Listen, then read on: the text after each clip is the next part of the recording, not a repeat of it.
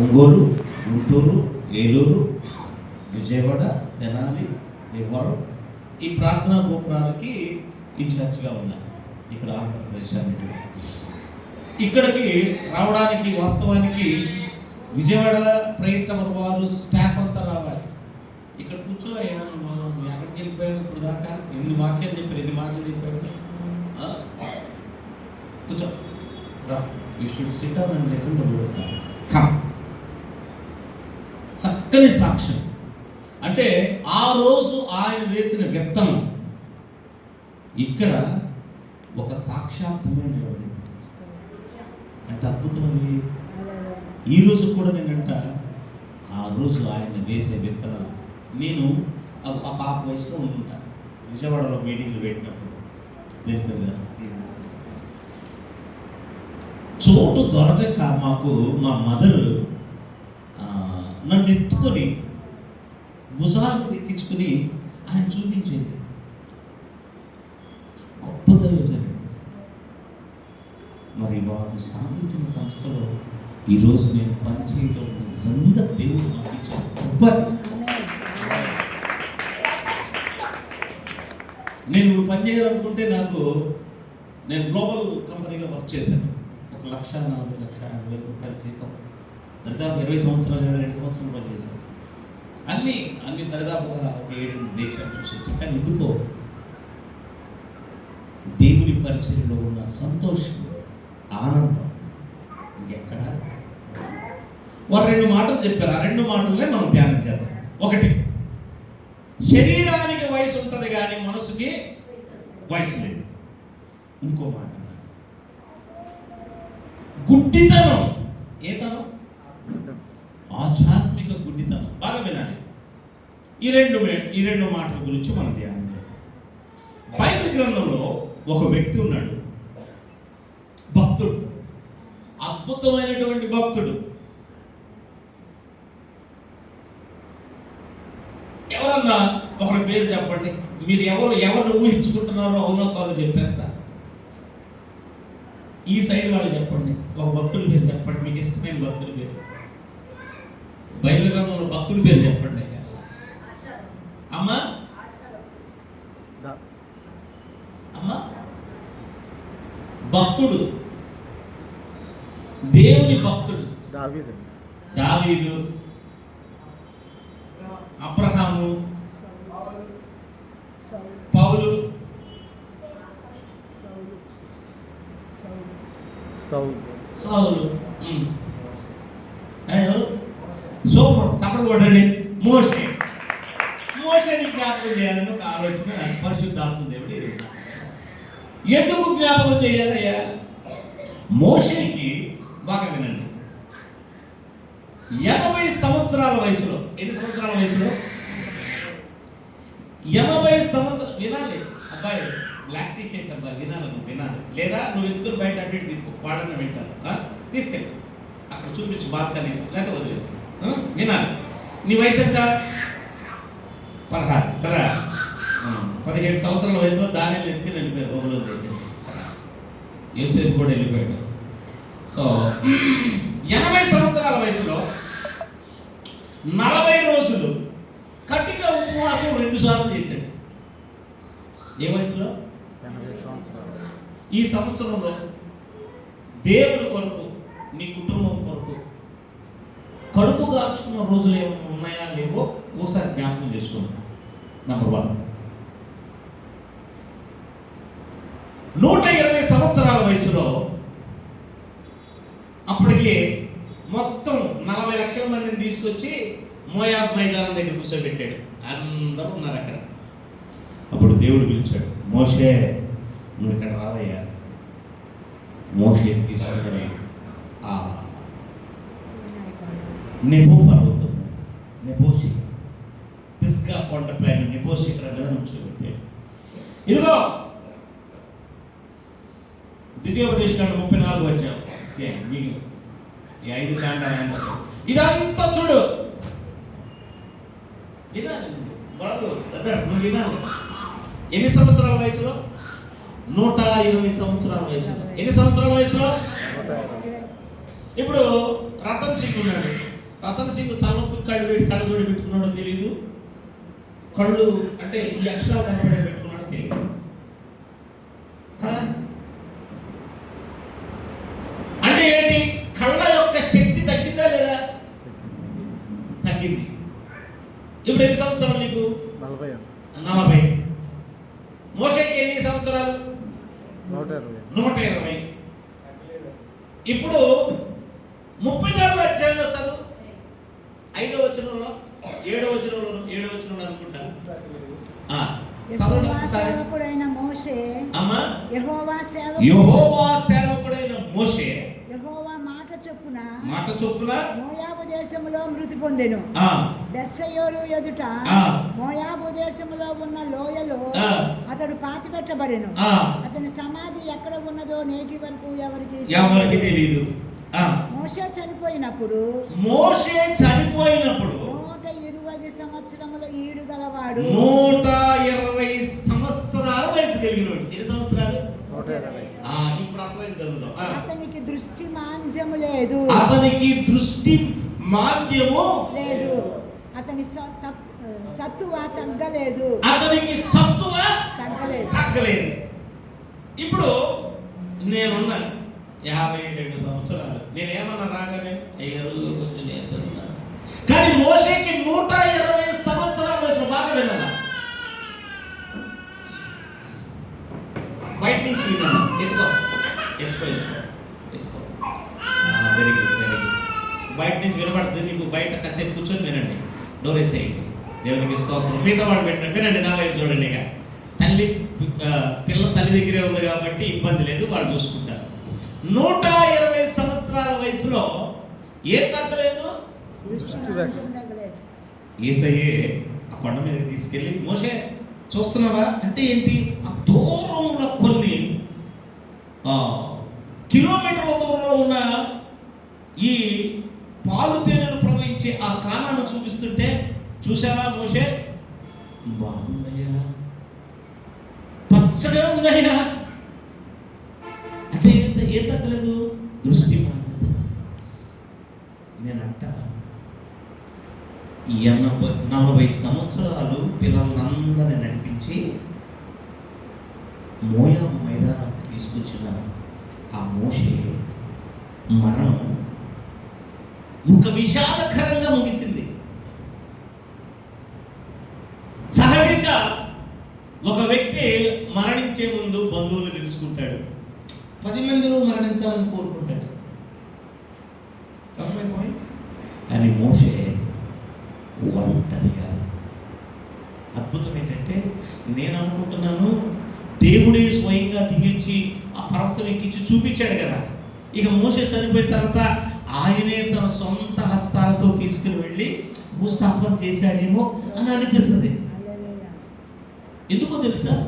అది ఎవరికీ తెలియదు. ఆ శరీరం కోసం యూదా పత్రికలో రాస్తూ మిఖాయేలు అపవాదిద్దరు చర్చించుకున్నారు. అయితే దేవుడు ఏం చేశాడంటే, మిఖాయేలు అపవాదిని గద్దించిన తర్వాత ఆ కథ అక్కడ ముగిసింది. మరి ఈ యొక్క దేహాన్ని ఎవరు పాతేశారు అనేది ఒక పెద్ద ప్రశ్న.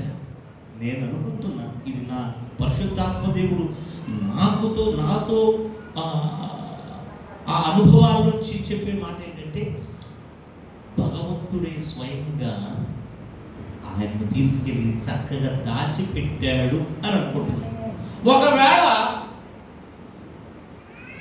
సమాధి కనుక కట్టుంటే ఏమయ్యేది చెప్పమంటారా? ఏమయ్యింది? సమాధి కనుక, మోషే సమాధి కనుక ఆ మోయాబు మైదానంలో పెద్ద సమాధి కట్టారు అనుకోండి, ఏమయ్యేది? ఆరాధన స్థలంగా మారటం పక్కన పెడితే, అదొక పెద్ద ఉట్టుపల్లి, అదొక పెద్ద కాకాని గీక్కొని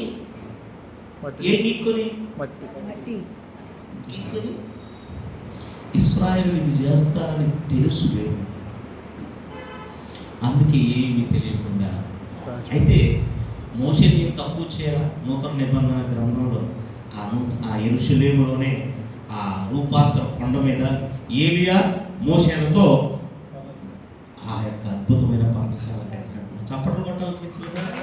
తన బిడ్డలు ఎప్పుడు దేవుడు విడిచిపెట్టాడు. అయితే మోషే గురించి నేను చెప్తూ, దేవుని ప్రజలు మోషే 120 సంవత్సరాల వయసులో కూడా దృష్టి మాంద్యము లేదు అని చెప్తున్నారు కదా. అంతతో ఒకటి దృష్టి మాంద్యం ఎందుకు వస్తుందో చెప్తాను. దేవుడు నిన్ను ఎందుకు పిలిచాడో, దేవుడు నిన్ను ఎందుకు ఏర్పాటు చేసుకున్నాడో అది నువ్వు తెలుసుకోకపోతే నీ బ్రతుకు గుడ్డితనం, నా బ్రతుకు గుడ్డితనం. దేవుడు ఎందుకు నిన్ను రక్షించుకున్నాడో అన్న సంగతి నీవు గమనించుకోకపోతే, నువ్వు తెలుసుకోకపోతే, why God has called you, you should know it. Why God has chosen you, I should know it. నన్ను ఎందుకు పిలుచుకున్నాడు దేవుడు? దీవించడానికి. దీవిస్తాడు, ఆశీర్వాదానికి వారసులు అవడానికి మనం పిలిచాడు. అయితే దానికి మించింది ఒకటి ఉంది. పరమ కానానులో నువ్వు అడుగు పెట్టాలి, పరిశుద్ధతతో నువ్వు ఉండాలి, 10 మందికి క్రీస్తుని గురించిన ప్రేమను ప్రకటించాలి. హల్లెలూయా. ఒకవేళ ఈ ప్రణాళిక, ఈ దర్శనం కనుక లేకపోతే నువ్వు చూస్తున్నా కానీ గుడ్డివాడిని. నేను చూస్తున్నా గుడ్డివాడిని. దేవుడు నన్ను ఎందుకు పిలిచాడో, పిలిచిన పిలుపు ఏమిటో నాకు తెలియకపోతే I am a blind man. ఆశీర్వదించిన దేవుడే, ఆశీర్వదించబడిన దేవుడే. యాకోబు దేవుని చట్టం, అమావాస్య నాడు కొమ్ముదుడి, పున్నమ నాడు కొమ్ముదుడి. దేవుని నామానికి స్తోత్రం కలుగును గాక. హల్లెలూయా, హల్లెలూయా. స్వరమండలముతోను గిలక తప్పెట్లతోను కీర్తన ఎత్తుడి అంటాడు దావీదు. ఈరోజు క్రైస్తవ ప్రపంచం వారు చెప్తున్నట్టు వారి గుడ్డెల్లో బాధ అంతా చెప్పారు. ఎస్, మేము బోధకులమైన మేము, మాకు ఆస్తులు అవసరం లేదు. మేమేం చెప్తామంటే మన స్థానము పరలోక రాజ్యం. వారు చాలా బాధపడుతూ ఉన్నారు. వేరే వారి గురించి చెప్తూ, వాస్తవం కరెక్ట్, యు ఆర్ రైట్, అవసరం లేదు. వాక్యాన్ని మేము బోధిస్తూ మన లోకము ఇది కాదని ప్రకటిస్తాం. ఏమని పాడతాం? పరలోకము నా దేశము, పరదేశినే నీలా మాయలోకమేగా, నేను యాత్రికుడను, నిత్యానందముండును పరమందున, నీతి సమాధానము నుండు నచ్చట. ఈ పాట రోజు పాడుకోవాలి, చచ్చిపోయినప్పుడు కాదు. సారీ టు సే దిస్, నేను ప్రతిరోజు పాడుకుంటేనే నేను పరలోకపు ఛాయను ప్రతిరోజు గుర్తు చేసుకుంటున్నట్టు. మోషే 120 సంవత్సరాల వయసులో అసలు ఎంత అద్భుతం, దృష్టి మాంద్యం. ఈరోజు ఇంకో విచిత్రం చెప్తా, మోషేకున్న మనసు చెప్తా. ఇశ్రాయేలు అందరూ ఎన్ని లక్షల మంది? దరిదాపుగా 30-35 లక్షల మంది తీసుకొని 40 లక్షల మంది తీసుకోండి. ఎన్ని గోత్రాలు? 12 గోత్రాలు. ఈ 12 గోత్రాల వారిని 2 సార్లుగా ఆశీర్వదించిన సందర్భాలు ఉన్నాయి. వినండి బాగా. ఒకటి, 12 మంది కొడుకులను ఆశీర్వదించినటువంటి యాకోబు, ఆదికాండం 49వ అధ్యాయంలో ఉంటుంది. అందరిని పిలిచి 12 మంది, 1 2 3 4 5 6 7 8 9 10 11 12 ఇలా అందరిని పిలిచాడు యాకోబు. పిలిచి, రూబేనుని ఆశీర్వదిస్తా, అరే అబ్బాయి నువ్వు మంచోడివి కాదురా అని చెప్పించాడు. లేవీని పిలిచి, నువ్వు నరహంతకుడురా అని చెప్పించాడు. షిమ్యోను కూడా చెప్పించాడు. తనకిష్టమైన వారిని ఏం చేశాడు? అబ్బా నువ్వు చాలా మంచిడురా యోసేపు, నువ్వు ఫలించడు కొమ్మవురా అని దీవించాడు. అంటే తండ్రిగా తనకిష్టమైన వారిని ఆశీర్వదించాడు, తనకిష్టం లేని వాళ్ళని. రెండో సందర్భం వచ్చేసరికి మోషే ద్వితీయోపదేశకాండం 33వ అధ్యాయంలో 12 గోత్రాలను పిలిచి ఆ ఒక్క మాట చదవండి. క్రైస్తవుని హృదయం ఎలా ఉండాలో మోషే ద్వారా మనం నేర్చుకున్నాం. 33వ అధ్యాయం, తను చనిపోకముందు 33, ద్వితీయోపదేశకాండం 33వ అధ్యాయం. దైవజనుడైన మోషే మృతి నొందక మునుపు అతడు ఎవరిని? ఇశ్రాయేలు 12 గోత్రాలను దీవించాడు. ఏమని దీవించాడయ్యా? అందరూ దీవించాడు. అక్కడ ఎవరిని క్షమించరా? 12 గోత్రాల పేర్లు చూసుకోండి, తర్వాత చదువుకోండి. అంటే గర్భాన్న పుట్టినటువంటి బిడ్డలను తండ్రి ఏం చేశాడు? కొంతమందిని శపించాడు. ఏమా గర్భాన్న పుట్టినటువంటి బిడ్డలు ఏం చేశాడు తండ్రి? కానీ దైవ సేవకుడైనటువంటి మోషే మాత్రం అందరినీ దీవించాడు. చప్పట్లు కొట్టి దేవుని వైభాష. దేవుని ప్రేమ ఎలా వచ్చిందయ్యా మోషే కంటే? దేవునితో ఉన్న అనుబంధం. ఈరోజు దేవుడు మాట్లాడుతూ అంచె దినాల్లో ఉన్న మనము దేవుని ప్రేమను మనము కలిగి ఉండాలి. నీకంటూ శత్రువులను ఎవరిని ఉంచుకోవడానికి వీల్లేదు. ఈరోజు ఎందుకో నేను ఎప్పుడు చెప్పని మాటలు మీద దృష్టి మాత్రము లేదు. 120 సంవత్సరాలు వచ్చిన ఈరోజు 30 సంవత్సరాలకి ప్రభుని అంగీకరించిన గుడ్డితనంతో బ్రతుకుతున్న క్రైస్తవులు చాలా మంది ఉన్నారు. ఈ ఆధ్యాత్మిక గుడితనం 2. 1 దేవుని ప్రత్యక్షత, దేవుని ప్రణాళిక ఏమిటో నువ్వు తెలుసుకోకపోవటం గుడ్డితనం. 2 గుడ్డితనం. నీ నిజస్థితి నువ్వు తెలుసుకోకపోవటం. వాట్ ఈజ్ యూ అంటే నేను ఏంటి, ఎందుకు నాకు ఈ స్థితి అని ఈ 2 అంశాలు తెలుసుకోకపోతే అది కూడా గుడ్డితనమే. మోషేను దేవుడు ఆశీర్వదించాడు, దీవించాడు. తనతో ఉండులాగున మోషేను తనతో పాటు ఉంచుకున్నాడు. ఈ రాత్రి ఈ ఆధ్యాత్మిక ప్రక్రియలో, ఇది ఆశీర్వాద ప్రక్రియ కంటే కూడా ఆధ్యాత్మిక ప్రక్రియ. ఆధ్యాత్మికంలో నుంచే ఆశీర్వాదం పుట్టుకొస్తుంది. హల్లెలూయా. ఆధ్యాత్మికంలో నుంచే నీకు స్వస్థత పుట్టుకొస్తుంది. ఆధ్యాత్మికంలో నుంచే నీకు ఆనందం పుట్టుకొస్తుంది. ఇక దేని నుంచి రాదు. ఆధ్యాత్మికత అంటే దేవునితో కలిసి సన్నిహిత సంబంధం కలిగి ఉంటుంది. దేవుని నామానికి స్తోత్రం కలుగును గాక. అనుక్షణము నిన్నే కొలుతును పునరుద్ధారముగా. ఇంకంతకాలం దేవుని ఆశీర్వాదం కొరకు వెనకబడితే నువ్వు వెనక వరుసలో ఉంటావు. ఈరోజు దేవుడు మాట్లాడుతూ ఎన్ని కొరతలు ఉన్నా దేవా నీకు స్తోత్రం. అసలు ఆ కొరతను పొద్దుగూకులు అపవాదుగాడు నీకు జ్ఞాపకం చేస్తాను. దాన్ని మర్చిపో.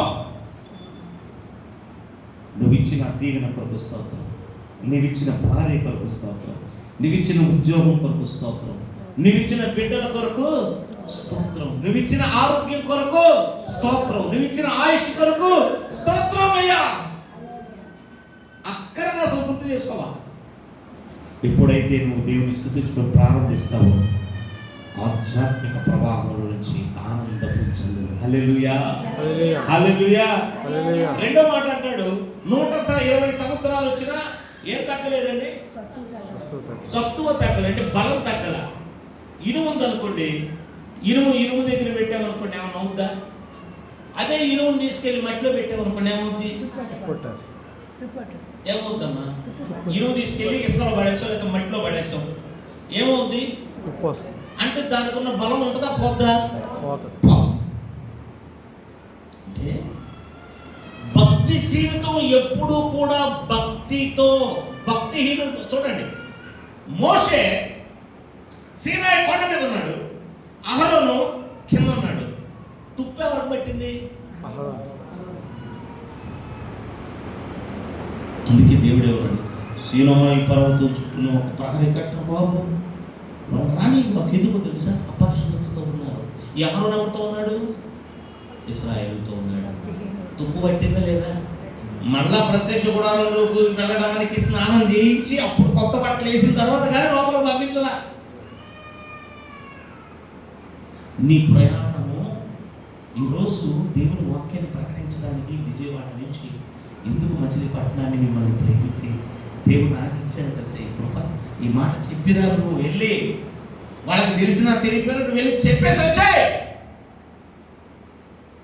Tell them that they have to walk in the light of God. Speak unto them. I am going to come very soon. Let their souls to be revived. వాళ్ళ ఆత్మలు అభిషేకంతో నింపబడాలి. దేవుని కొరకు ఆశ కలిగి ఉండాలి. మోషేలాగా నడిపించాలి. ఎంత అద్భుతం మోషే జీవితం కదా. ఇప్పుడు యాకోబు గొప్పడా, మోషే గొప్పడా? మోషే గొప్పడా? అద్భుతం. అంటే తన గర్భాన పుట్టనటువంటి వారిని కూడా ప్రేమ. అసలు మోషేని ఈ ఇశ్రాయేలు ఎన్నిసార్లు తిట్టారు, ఎన్నిసార్లు అవమానించారు, ఎన్నిసార్లు దూషించారు, ఎన్నిసార్లు రాళ్లతో కొట్టబోయారు. అయినా ఏం చేశాడు మోషే? వాళ్ళందరినీ దీవించాడు. ఇది క్రైస్తవ హృదయం, ఇది యేసయ్య హృదయం. ప్రేమ, యేసయ్య ప్రేమ, ప్రేమ, యేసయ్య ప్రేమ. మారనిది, మరువనిది, వీడనిది, ఎడబాయనిది. మారనిది, మరువనిది, వీడనిది, ఎడబాయనిది. ప్రేమ, యేసయ్య ప్రేమ, ప్రేమ, యేసయ్య. సర్వ సృష్టికర్తకు కలిగిన ప్రేమను మోషే గుండెల్లో ఉంచాడు. తన సహవాసం ఎక్కడ? సీనాయి పర్వతం మీద దేవునితో అనుబంధం.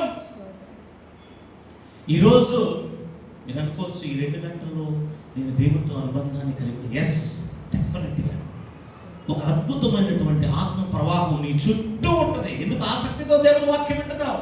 అయ్యా, నీ మనసులో కొన్ని మోషేలాగా నన్ను ఉంచాయి, మోషేలాగా స్థిరపరచు.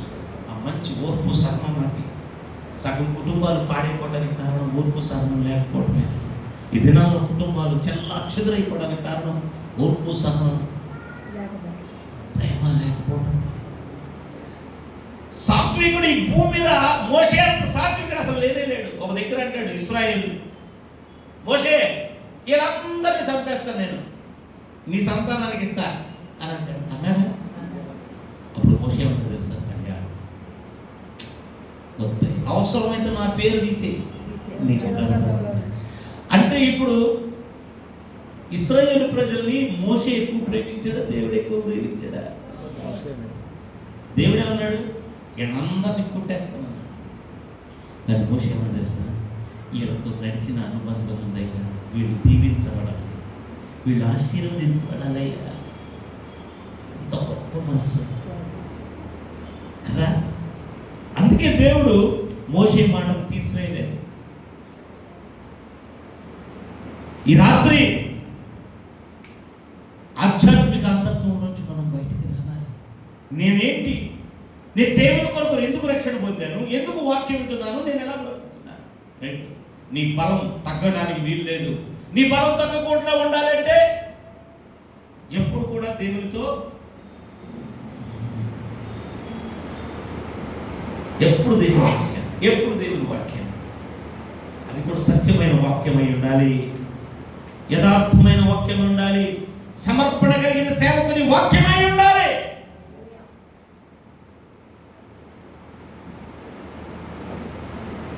మోషే వెళ్తా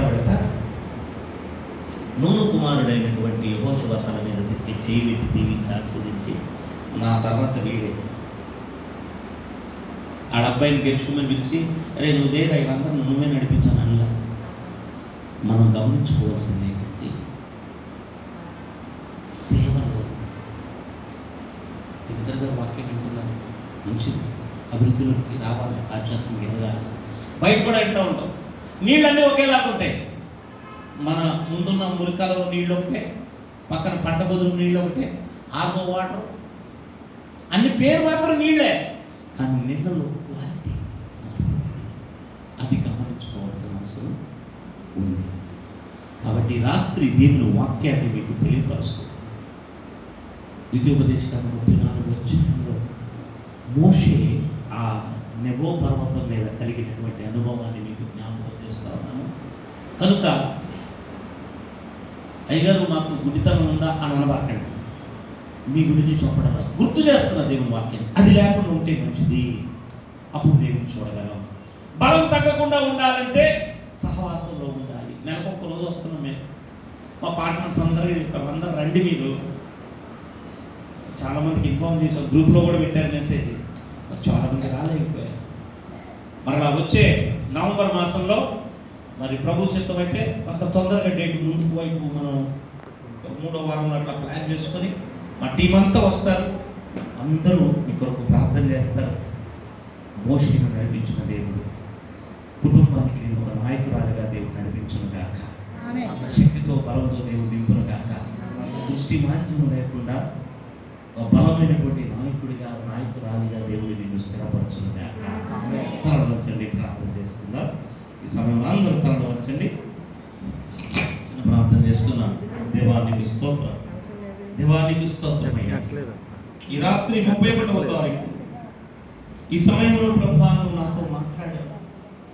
నిజమే ఆయన, నీ సన్నిధి నాకు అవసరం, పర్వత అనుభవం నాకు అవసరం. మోషేని జ్ఞాపకం చేశారు. మేము అందరితో ఉండడానికి వీలు లేదు, బలం తగ్గిన వారిగా మేము ఉండడానికి వీలు లేదు ప్రభువా.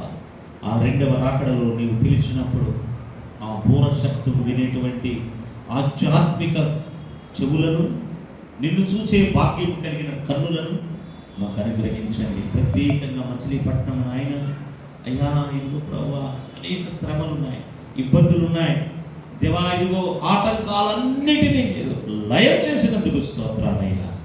అయ్యా ఇదిగో ప్రత్యేకంగా ఎంతో ఆసక్తితో ప్రభువా దేవుని వాక్యాన్ని కొరకు నన్ను ఈ ప్రాంతాన్ని సిద్ధపరుస్తున్నటువంటి మరి ప్రియులందరిని బట్టి స్తోత్రాలు చెల్లిస్తున్నాను. 10 నెలల కాలం నీ కృపతో ఆదరించి, ఆవరించి, బలపరిచి, దీవించి, కృప చూపి, ఆయుష్తో నింపి నడిపించిన దేవా నీకు వందనాలు చెల్లిస్తున్నాను. మా ప్రియ ఫౌండర్ కుటుంబాన్ని మీరు దీవించండి, ఆశీర్వదించండి.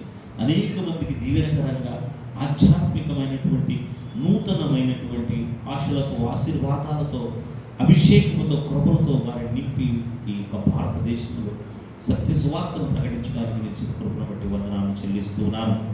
ఈ రాత్రి కాలము మాతో పాటు ఉన్నటువంటి సహదైవ సేవకుల కొరకు స్తోత్రాలు. వారి కుటుంబాన్ని కూడా దీవించండి ప్రభువా. వచ్చిన ఈ బిడ్డల ప్రతి కుటుంబాన్ని మీరు ఆశీర్వదించి కృప చూపమని 10 నెలలు కాపాడినందుకు కృతజ్ఞతాస్తుతులు చెల్లిస్తూ నీ కృపతో ఆవరించి, ఆదరించి, బలపరిచి, కృప చూపి రాబోయే నెలంతయు ప్రభువా కృపాక్షేమాలు మా వెంట వచ్చునుగా కానీ పలుకుతూ నాయన గడిచిన కాలమంతా నీ దయలో, నీ కృపలో కాచినందుకు వందనాలు చెల్లించుకుంటూ మా ప్రభువు ప్రియరక్షకుడు నజరేయుడైన యేసుక్రీస్తు అతి పరిశుద్ధ నామమున ప్రార్థించి మనవులు పొందుకుని నాము తండ్రి ఆమేన్.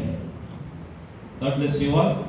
మరి ఈ సమయంలో ఒకవేళ కానుకలు ఒకవేళ మీరు ఏదైనా ఇవ్వాలి